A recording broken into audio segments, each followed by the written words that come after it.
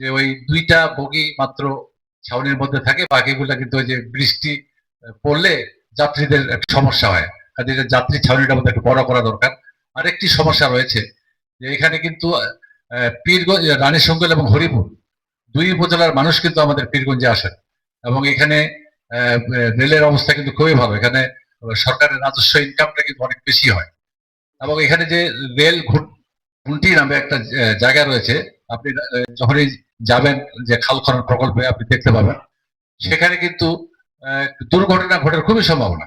কারণ সেখানে মানুষ পারাপার করে, সেখানে যদি একটা আপনার ওভার ব্রিজের, এটা কিন্তু ঠাকুরগাঁ রোডেও কিন্তু তাই তাই অবস্থা ওইখানে এবং পীরগঞ্জে, এই 2 জায়গায় আমার মনে হয় যে যদি ওভার ব্রিজের একটা ব্যবস্থা করা হয়, তাহলে একটা যানজট মুক্ত একটা সুন্দর একটা পরিবেশ আমাদের পীরগঞ্জে হবে।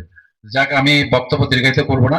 আমি আবারও জেলা প্রশাসক মহোদয়কে আমাদের পীরগঞ্জবাসীর পক্ষ থেকে ধন্যবাদ জানিয়ে এবং ওনার সুস্বাস্থ্য কামনা করে আমার বক্তব্য শেষ করছি। খোদা হাফেজ। বাংলাদেশ জিন্দাবাদ। অনুশাসনের বিষয়গুলো গুরুত্ব দিতে হবে। আমাদের যে ধর্মীয় উপাসনালয় আছে, মসজিদ, মন্দির, গির্জা, এইখানেও ধর্মীয় অনুশাসনের বিষয়গুলো গুরুত্ব দিয়ে কি করতে হবে, তাহলেই আমরা হয়তো এখান থেকে নিস্তার পেতে পারি। মোগল আমলে এই পীরগঞ্জ থানা স্থাপিত হয়েছে যখন এখানে লোক সংখ্যা বড় জোর 20,000 ছিল, এখন 6 লাখ হয়েছে। ওই থানায় আছে, এখানে কোনো তদন্ত কেন্দ্র হয় নাই, আর কোনো ফাঁড়ির ব্যবস্থা হয় নাই, পুলিশের সংখ্যা বাড়ে নাই, মাদকদ্রব্য নিয়ন্ত্রণ অধিদপ্তরের কোনো অফিস উপজেলা লেভেলে নাই, তাদের কোনো সদস্য এখানে থাকে না যে এটার ব্যাপারে মানে সার্বক্ষণিক ভাবে কাজ করবে। কাজেই আমাদের পরিবারগুলোকে এগিয়ে আসতে হবে। আমরা এখানে পুলিশ, উপজেলা প্রশাসন সর্বাত্মক চেষ্টা করছি, প্রতিনিয়ত আমরা মোবাইল কোর্ট করছি, জেল দিচ্ছি যতদূর করা সম্ভব, অন্যান্য কার্যক্রম আমাদের তো আছেই।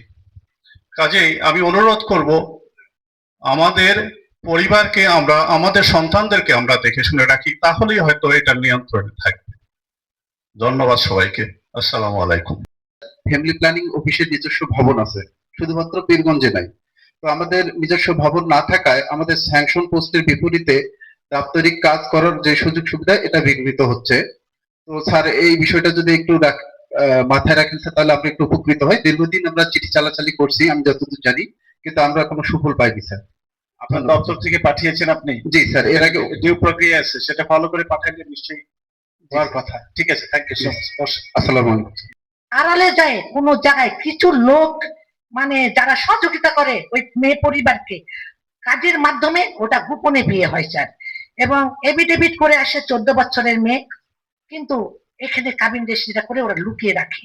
এটা হলো কাজীদের একটা দোষ। অনেক মেয়ে কিন্তু ঝরে যাচ্ছে স্যার এই বাল্য বিবাহ হওয়ার জন্য। আর অসহায় নারীদের নিয়ে যখন আমি কাজ করি স্যার, অসহায় নারীরা কিন্তু অনেক নির্যাতিত, কিন্তু এই নির্যাতনের জন্য স্যার তাদেরকে আমাদেরকে সহযোগিতা করতে হবে।